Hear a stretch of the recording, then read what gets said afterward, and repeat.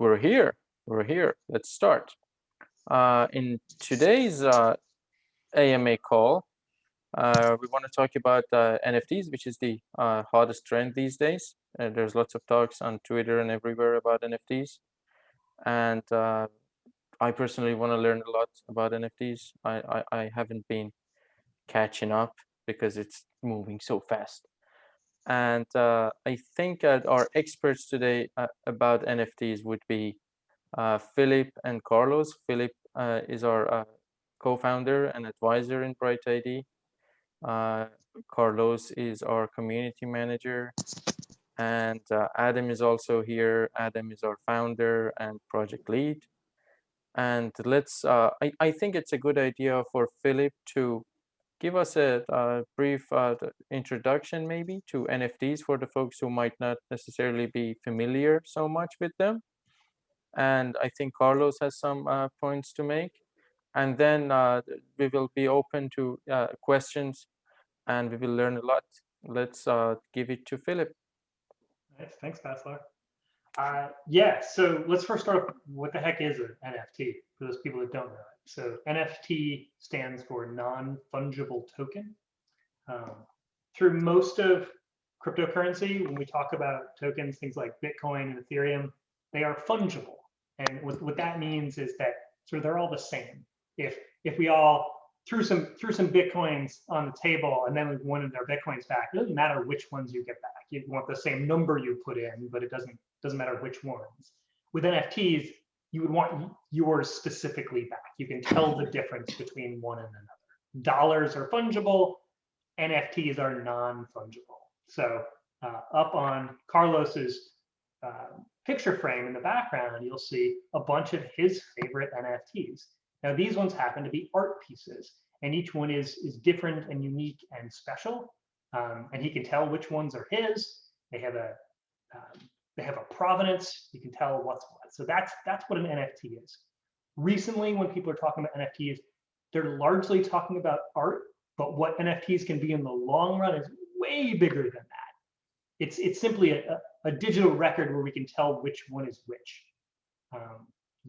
Y'all's BrightIDs sort of are non-fungible identities. Each one is different than the others. So it's a great match for BrightIDs and NFTs. One of the many things I'm excited to explore. So it's just super basics. Much of what I have been learning about NFTs is through my involvement in Flamingo DAO. Flamingo DAO is a group of people that are really into NFTs of all kinds and exploring the space as a sort of for-profit venture DAO. I've learned a lot from the amazing people in there. So anything smart I say, credit to them and the ideas that they have put in my head. Yeah, Mono, what do you want to add to that, man? Well, for the time being, nothing. I would love to jump in a little bit of the like in the recent history of NFTs, especially since 2018. If you guys want to hear about it, just a recap of some of the projects that are well started there and are dead now. So for everyone to know that like right now, yeah, in the space there's a lot of money moving around NFTs, but well, everyone should be a little bit cautious with them. There's like little liquidity in like some of the well, most what's the word for it, like yeah, the most prominent people that speaks about it like really know that the liquidity is super low, so you can probably get stuck with them if you're trying to invest in them. So the best way to just watch or interact with them is, well, if you're going to buy something, it should be something that you really love and you don't mind getting that like down the road like 5 or 10 years. So I will like okay, for me especially at the beginning when I started well with the NFT with the NFT stuff. It was probably at the end of 2017, beginning of 2018. Well, that was the time with the kitties. So CryptoKitties started back then, and it was like the first big movement for NFTs. I have a bunch of cats that right now doesn't have too much value. I honestly didn't like invest too much on them, of all the cats that I have, I probably like two or three, and the other like 30 that I have, I don't like them that much. So that was like a little bit of a caution tale for me with that stuff. And then we started to see some projects coming up to life, especially games. I was actually looking for trading card games like Pokemon or Magic the Gathering. Like I love the feeling, and I think well for NFTs with an utility, it's one of the like the best showcases of what the technology could do regarding that aspect. So I invested in a couple of games like that. There's actually, well, there were three back then. One of them died already. The other is trying to go back up again, and the other one is pretty well known right now. It's called Gods Unchained. But there was this game called it was called Zombie Battlegrounds for created by a company called Loom Networks.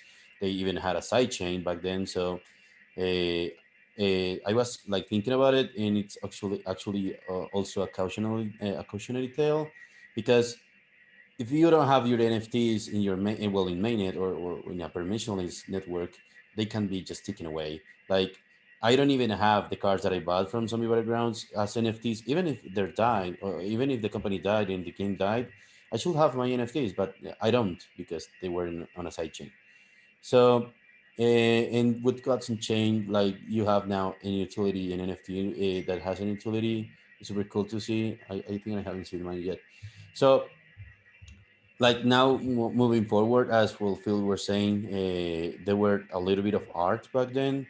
It wasn't like that big of a deal at the beginning. We had a little bit of movement in OpenSeas with a little bit of artists like jumping in, but like yeah, it wasn't the same as well previous year as everything exploded as well everyone knows already. So um, like I will probably say that that's the first point, especially with games. And now with allegedly we're going to have this platform called Immutable X that you're going to have a way to mint tons of NFTs on a secret rollup, and well that's what we're waiting for, gaming and NFTs especially. And well, art, I think well Philip already explained pretty good. And yeah, like I wanted to just uh, dive a little bit in what happened in what projects were moving back then. Back then, there's many still like that happened. Like we have one of one game that's called So Rare that they've been building for 2 years. It's a pretty good game.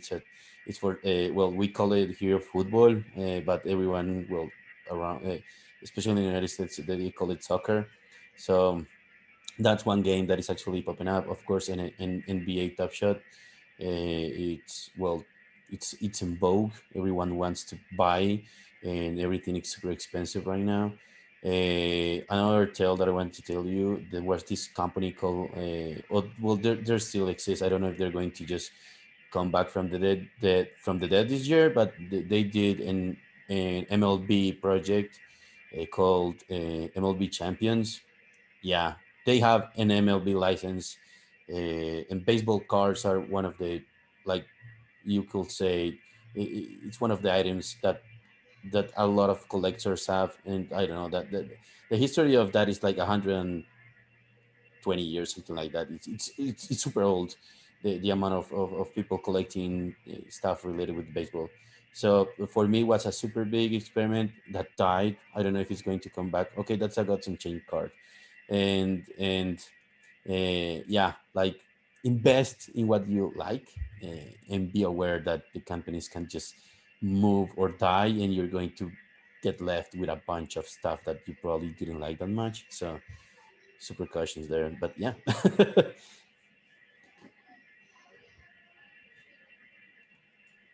You know, Paslar posed one of the classic questions in Yeah. the chat, and hey, I can just save that NFT image you have, and then I have a copy too. Why is it worth anything? And I recently saw a tagline that I thought summed it up really well, and that is, anyone can see it, one can own it. There is something different about having ownership. people like to own things. They like it for status, they like it for knowledge, they like it for prestige. Sort of it's sort of human nature to collect things.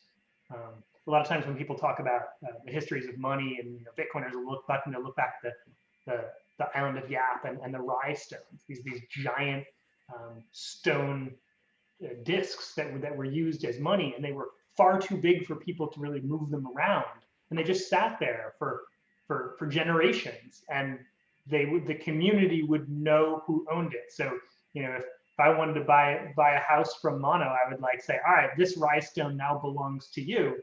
It wouldn't even move; it would stay right there. Some of them, the funniest ones, they were shipwrecked. The ship sunk to the bottom of the ocean, but people knew there was a stone down there, and they still counted that one as like someone could own it, even though it was at the bottom of the ocean. So this like idea of ownership is important. And now with the blockchain, we can prove that provenance, which is really important. So anybody that NFT behind Mono right now, anyone can see it, anyone can enjoy it, but he owns it. That's an interesting one. That's a hash mask. Now, that one, whoever owns that object can change its name, and only the person that owns it can change its name. And then anyone else that had a copy before and was thinking, "Ooh, I have a dragon named Draco." Now you have a dragon named Carlos, if that's what or Carlos is the greatest. He can change that name, and now the thing that you have is a picture of Carlos as the greatest, not a picture of Draco. All right, let's see what there's more thoughts in here. A lot of things.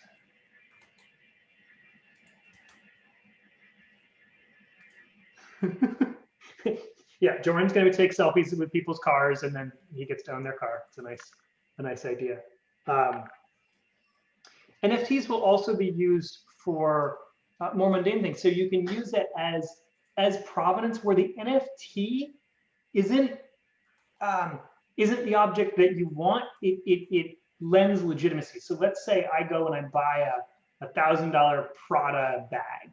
Now there's a bunch of knockoff bags that are made to look just the same. You can get a cheapo one that's not that good, but you can get one that's just as high quality as the real one, but it's not real. And in the future, Gucci is going to include an NFT along with that bag to prove that the bag and the NFT, they go together. And if you're able to sell it, you're gonna give that digital token along with the bag to prove that it's the real Gucci bag. So that's, and it's not that anyone's going to particularly care that they have the NFT, except that it proves that the physical bag is an authorized one. Yeah. All right. What else should we get into? I could talk about this stuff all day, but I'm happy to answer questions. I want to. I kind of knew the answer to my previous question, but I wanted to have that as the record. I want to follow up with the fact that with the Gucci bag that you just mentioned, or with the Da Vinci painting, the original one has some characteristics to it. The quality, the feel of touching it, stuff like that. But the image of an NFT, if it is an image, when I copy it, it's exactly the same thing. I see your point of having this pride in owning the rights to it, as I want to say it. But when if it's a music piece and I copy that, it's exactly the same thing. There is no difference in that copy. In that Gucci bag example, okay, I can see that, yeah, that the quality might be different, even if they are pretty close. I would say, okay, this is not produced with the same company, with the same hands. But yeah, I want to explore that thought that, okay, in the NFT, other than the pride in owning that this belongs to me, I can say no one uses it anymore. Yeah, Other than that, and it's you always can't the even same, say right? no one uses it. So here's a great example. So CryptoPunks have become a huge thing in the last few months. It's a project that came out years ago. Originally, CryptoPunks were free to mint, and for years they had minimal value. But recently, sort of in this bull run, in this excitement over NFT art, they've become extremely valuable. The cheapest ones now cost $20,000, and some of them cost over $1 million. They're super simple, basic little pictures. You've probably seen them on Twitter as people's avatars. And anybody could go copy one of those and put it as their Twitter avatar. Now, there's a community, though, of people that care about those punks. And they sort of self-police. It's like, it's cool to put your punk as your avatar. Like the cool kids think it's cool. But if you put a punk you don't own, it's distinctly not cool. You can do it, nothing will stop you, but the social group will say, hey, we don't support that, we don't like that, you shouldn't do that. And people care what their social groups say and think. There's actually very few examples of people using punks that they shouldn't, because the stigmatism just of the community that comes down if you do that. But if you put up a new one and it is one you own, everyone's like, yeah, it's so cool that you're doing that. That makes me want to ask. I've known you for years now, and I know that you're always you always pursue projects that are good for the public good, add value to the humanity, add something good for everyone, improves the quality of life, at least for in the long run, for everybody. How do you see NFTs helping public goods, helping people? Well, not entirely sure yet, but they're going to be, I really think that it is the future of ownership in general. That we barely scratched the surface of this, what this is going to be. We don't understand it yet. But it's this new way to track everything, because most things in the world are non-fungible. Like it matters which one it is. That can be the deed. It can be the deed to your house. It can be a credential that you got from a college. I don't know. There are so many things that we care about owning in some way, and now we have a way to keep track of it all in a way that we didn't have before. I see. Do you think this explanation would be, or description would be, good for an NFT, a unique identifier for an object or a piece of art? Basically, yes. Yeah, there's lots of different ways that they can do. So recently there was the sale of an internet meme called Nyan Cat. It's this little rainbow toaster flying cat thing. You've probably seen it. And it was created back in the 90s, I think. Maybe a little later than that, but long time ago. Recently, the original artist that created that created an NFT of it. Now, they didn't even use the same, they like recreated the thing. They didn't have the original file from the day they created it. That's not what's important. It's like the idea of it was important. And the fact that it was the original artist saying, this is the official existence of this thing. I'm going to encapsulate the idea of this thing. I'm the one that has the right to do such a thing.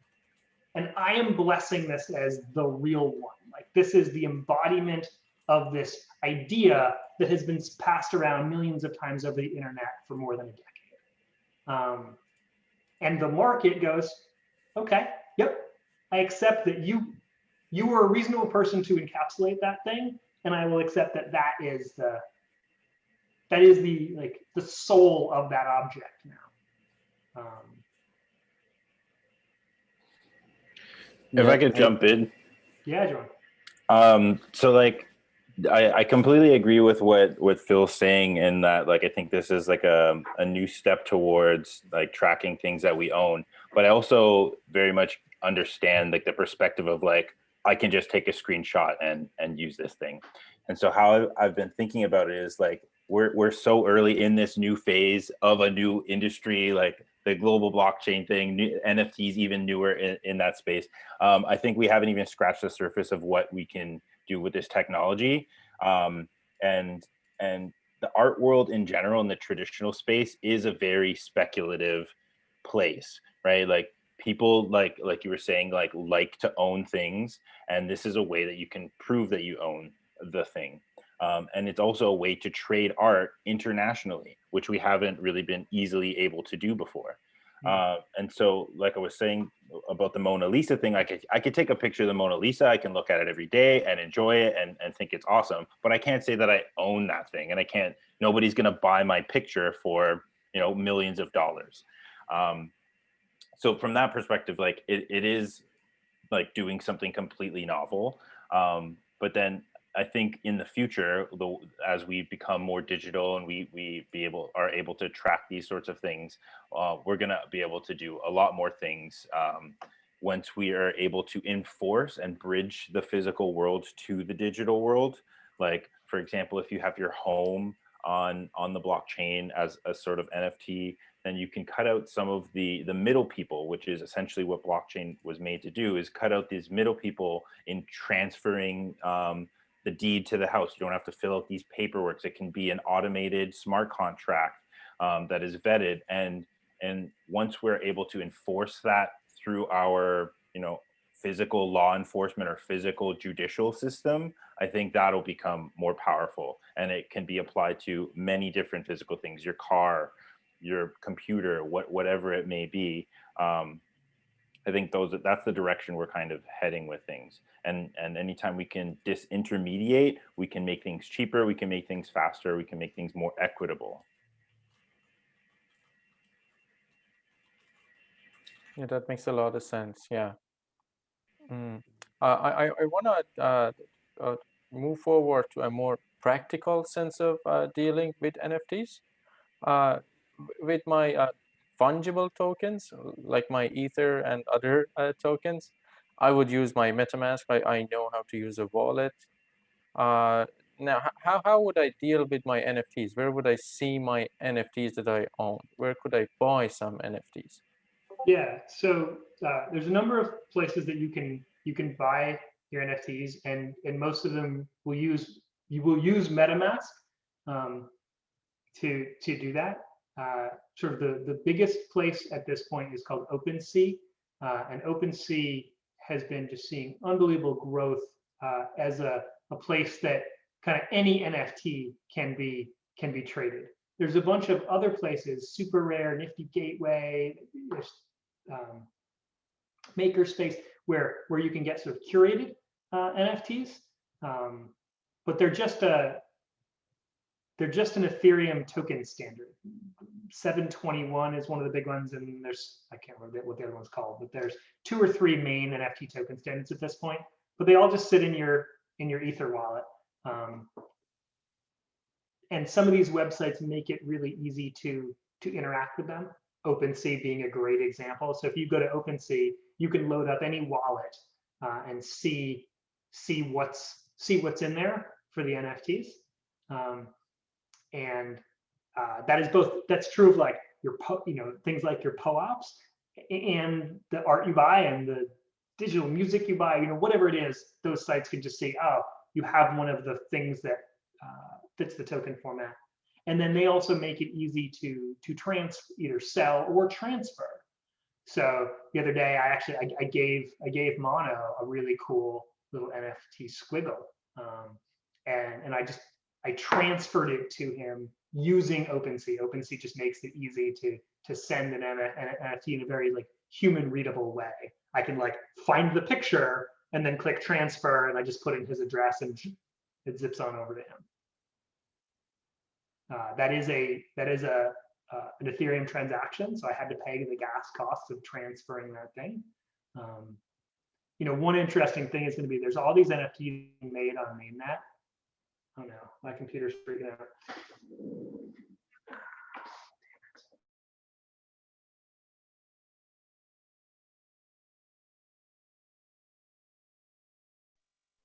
I think Philip's internet is kind of having troubles. Technical problems on my side. All right. He had a Yeah, backup so computer ready. These are mainnet transactions.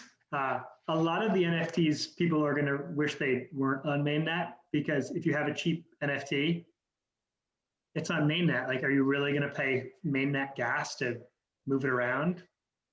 So it'll be interesting to see. A lot of people are considering other layers, but also it's like, if it's on another layer, is it good enough? So it's a weird mix of problems. I recently heard or read the news that one of my favorite bands called Kings of Leon are going to publish their next album as an NFT. And that begs the question, are we just talking about images when we talk about NFTs? I just heard of the music, and what else can be an NFT? Yeah, with that project specifically, that they're going to just sell it. We still don't know the details, but they're going to sell the album through NFTs. Like the one of the like most innovative NFTs right now is Euler Bits.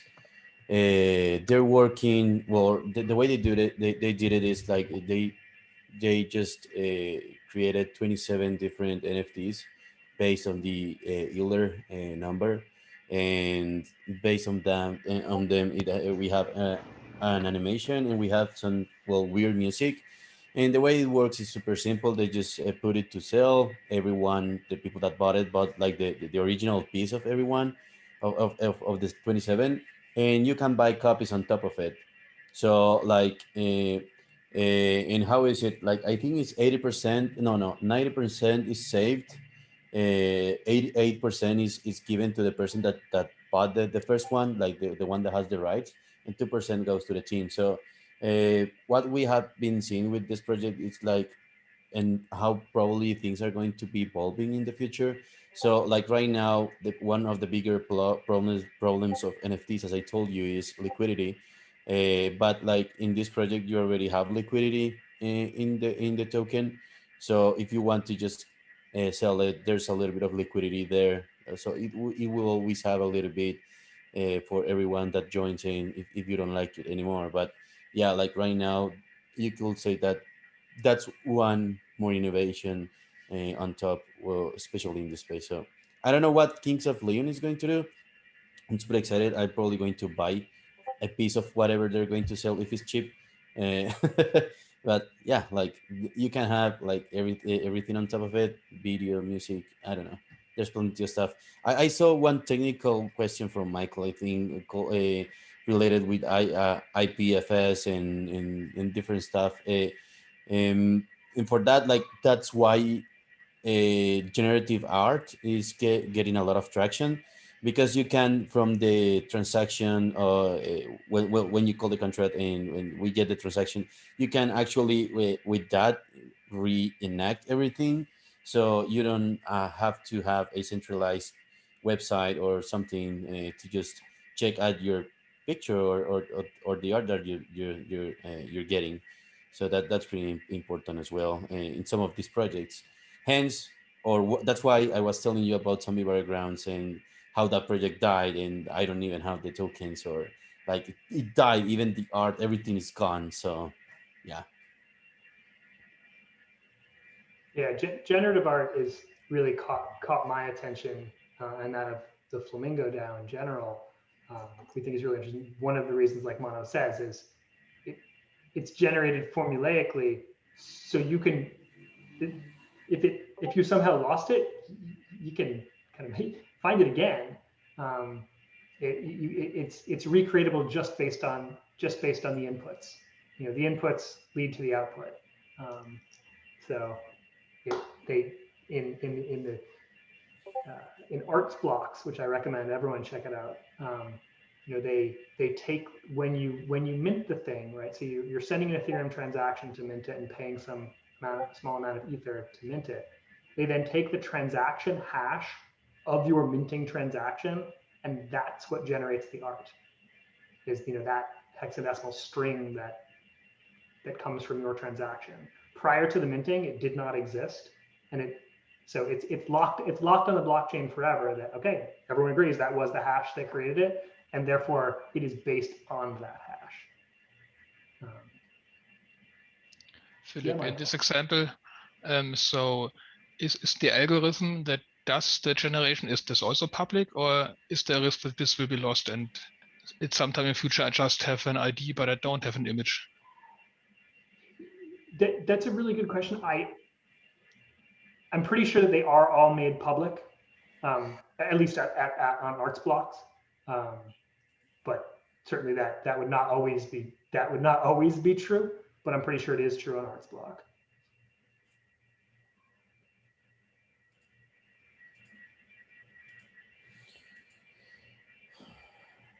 Do these like OpenSea and Artsblock, are all of them on mainnet so far? Do we have anything that is working on XDAI network or any other layer too?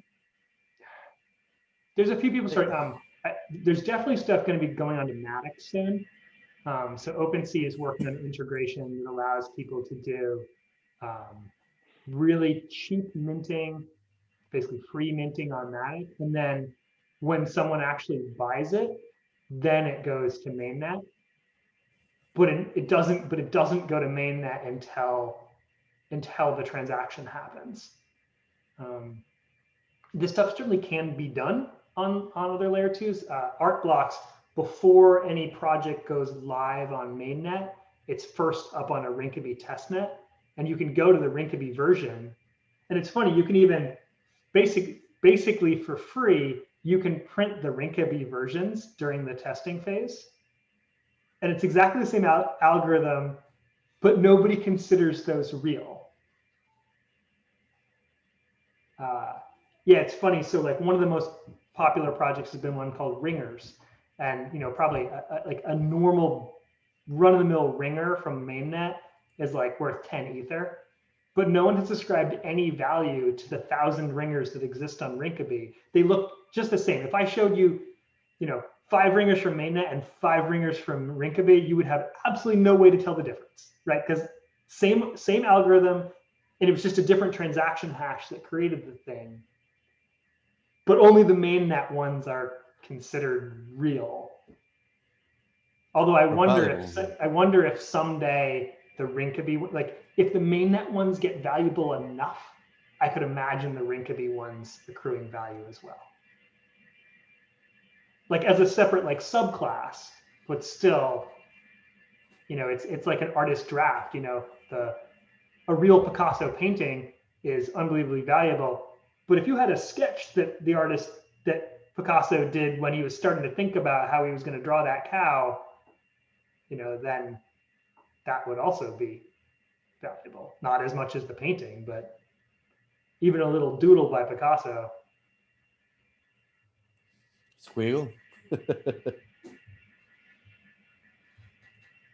Well, something that I just wanted to touch about it, I will probably Philip can explain it a little bit more. Like right now we have seen a lot of people jumping in different projects because they're limited. So we're seeing limited editions in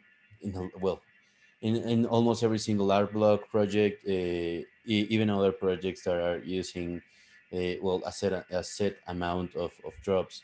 So that's probably why we're doing this topic today. So how BrightID can help to distribute like those kind of arts, because like right now we're seeing a lot of squatters or people that just buying tons of them to resell them really fast, and are not letting a lot of people enjoy it, because this is magical. You're getting something like with, especially with art blocks and all the generative art. It's super cool because you're seeing how it becomes real when you do the transaction, and it's because of your simple action of just clicking on that button and paying the transaction. So you're helping getting the different types. So yeah, that's something that I would love to hear from Philip. Yeah, it's such a perfect use case for BrightID. You know, the artists, they want to get their art out there. They would love it to be distributed broadly. It's way cooler if 100 people buy your art rather than 4 people that have good bots buy up all the art. So I'm very eager to see people enable BrightID verification sort of as a hurdle before minting. You know, you could have simple things like, hey, each person can only mint 1. I think that would be really interesting, and I've suggested it to the folks that run Artblocks. You know, they're so busy right now that they like can't wrap their head around doing more things because they're like hardly sleeping right now these days as it is. But in the long run, I think you need something like this. And BrightID fits into the Web3 world. Like, we don't need to know anything about you. We just need to know that you're minting your one. And if we can find an existing platform to do that, to kick it off, awesome. If we can't, the BrightID community just needs to do it ourselves. We just need to show, we need to birth this thing into reality as an example. In the long run, I think if we do that, lots of platforms will go, oh, of course we need something like this. So just like we've talked about with social media in the past, is if some social media site keeps out all the bots, then the bots get more centralized in the other ones, and it gets worse and worse. So then the next one has to put in the bot prevention, and the bots keep getting condensed, and it becomes worse and worse until everyone has to keep the bots out, or it's a complete mess. And it's already that way in the NFT world. It's already a complete mess. Someone have a comment? Someone in the in our community, a certain someone affiliated with a squirrel, asked, does BrightID have any plans of minting any NFTs in the near future? Yeah, I mean, we need to. I was hoping that Artblocks would be willing to just jump on this now. You know, so I've been deep into that community, and I think it'd be perfect for them. It sounds like they're not ready to do that right now. They love the idea, but just can't fit it in their brains. They got so much going on. There's just, the interest there is nuts. So yeah, I think we need to figure out how to do it ourselves. What I've seen is that, right, people love owning things. People love rarity. Like when things are provably rare, people want them.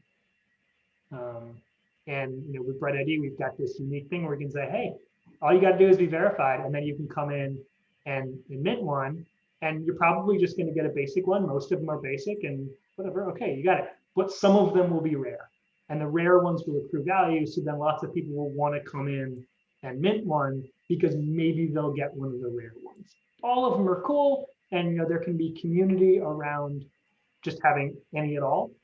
Squiggles is a great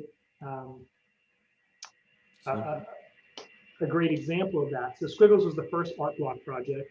They're these little rainbow squiggles, but there's really a community around it. Now there's a Squiggle DAO starting up, and you have to own a squiggle in order to be part of the Squiggle DAO. And it doesn't matter that you know whether you got a rare one or not. It's simply you need one, and then the rare ones have accrued very significant value.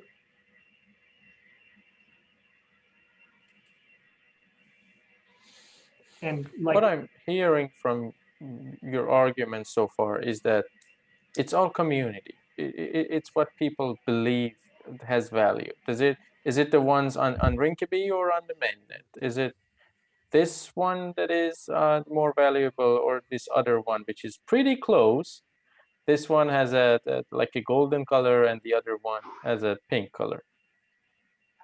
Yeah, the Ringers project is such great clear examples of this. So in Ringers, most of the colors are black and white. There's some yellow, there's a little bit of red, There's an even a smaller amount of blue, and there's a tiniest amount of green. And like, if you get a green dot in your piece, like that's worth $5,000 to have your dot be green rather than black. Why? Whatever, it's green. Who cares? Except that the community of people have realized it's rare. They want to have the green one because it's rare and other people can't. So the green one's worth thousands of dollars. If without any context, I showed you one of the rare ones and one of the not rare ones, you'd be like, okay. But if you're part of it, if you care, then it does matter. And that's always been true of art, right? Why is one artist's work worth so much than another? It's not, in most cases, it's not because they're so much more talented. Because there's a group of people that say that it's valuable and will buy it if it goes for sale. I think that's the big difference with the NFTs for the games. Like in Gods Unchained, the cards that are worth more. It's cards that have a different interaction with the game, and you want to have them because they're more powerful or they have better utility, and that's the difference with some of the things that we are going to start seeing with gaming and NFTs, especially because you can have, even though it's a little bit related because it's rarities as well, like you have a card that not many have and it's more rare, it has better, like, I don't know, like actions, but like at the end, that it's actually done by the company. Like if the company just kills a card somehow, it probably, his value goes to zero. But that's something that people can probably relate with how Pokemon cards has gone through the in the in the history, and especially Magic the Gathering ones. So like that's a big a big stuff to think about. And the other thing that is popping up already is different NFTs based on finance, but I think that's a topic for another day. Like there's projects like doing a little bit. Well, you're going to have an NFT, and that NFT is going to have an actual like real value. Some of them are going like Avegotchis. You need to put on them a little bit of the token that earns interest from Aave. So like like the things are expanding really fast. It's hard to keep up with everything, and and I just probably, if you're here, try to interact a little bit with them. Buy something like small, cheap, and try to figure it out. And I think that's the best way to just, I don't know, like dip your toes on it. Another thing I only want to touch on briefly is that, this in-game stuff. So you're locked into an ecosystem of that game. So right now, people spend a lot of money on the Fortnite skins, and for the people of my generation, even like that might be confusing.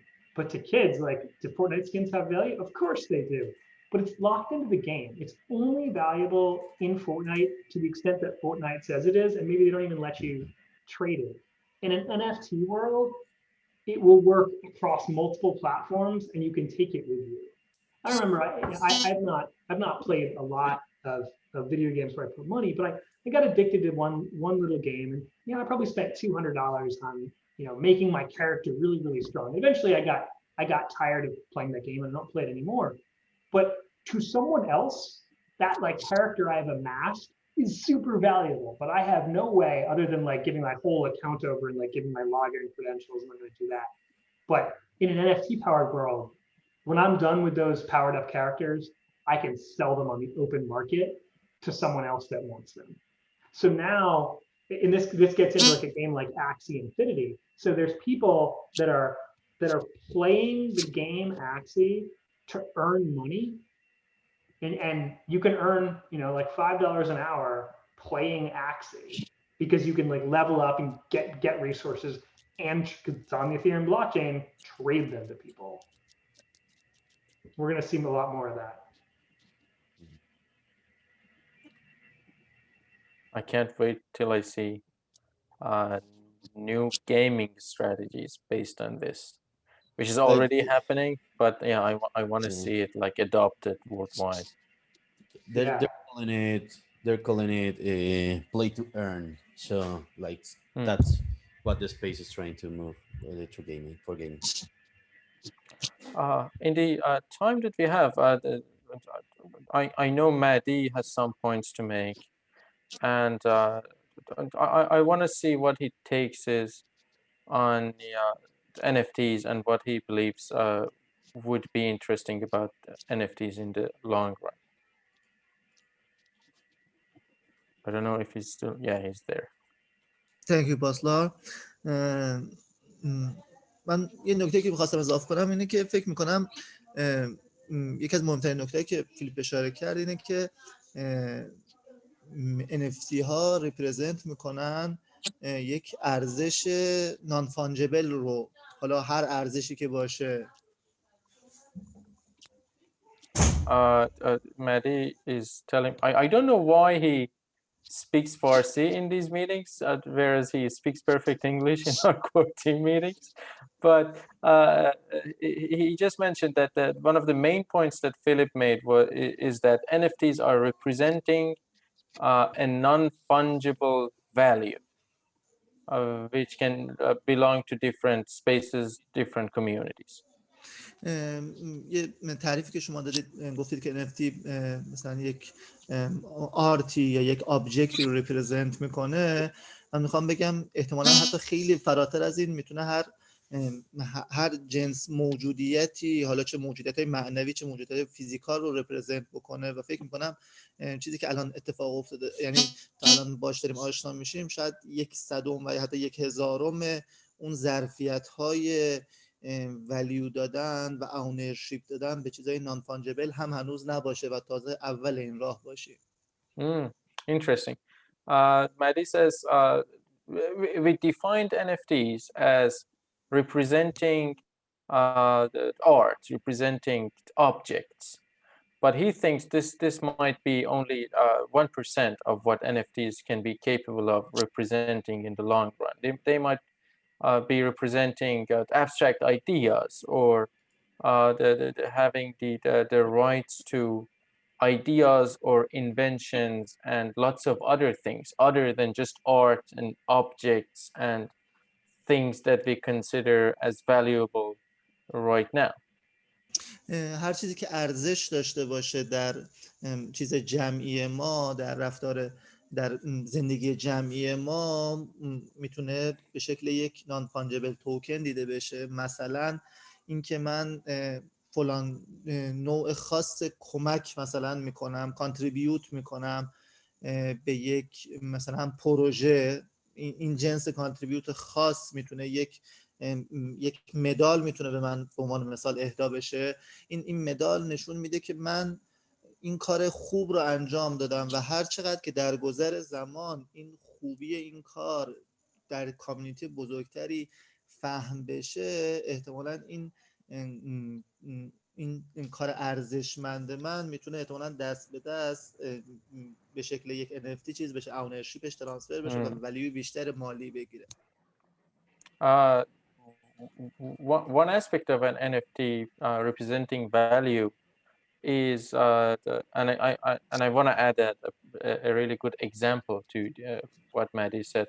But he says maybe NFTs can represent value to our activities in our social life, like contributions that you've had to a certain community. It's like a medal that you receive representing the contribution that you've made to that community.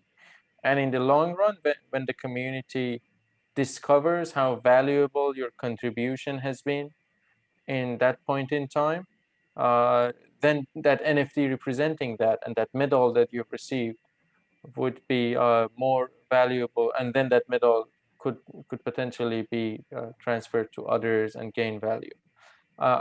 That immediately reminds me of like the athletes and the medals that they receive, representing that they have been the champion in Olympics or champion in sports.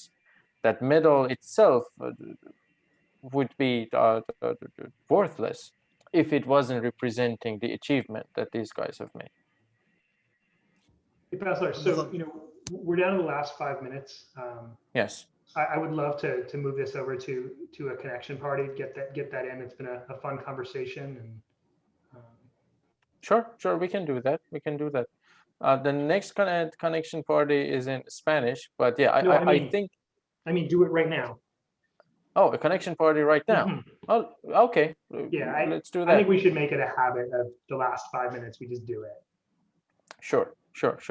And this part got real interesting for me. And let's continue this conversation. It's super exciting to me to continue this. But yeah, I'm gonna stop recording and thank you for being here. But as soon as I stop recording, we're gonna start making a group connection together.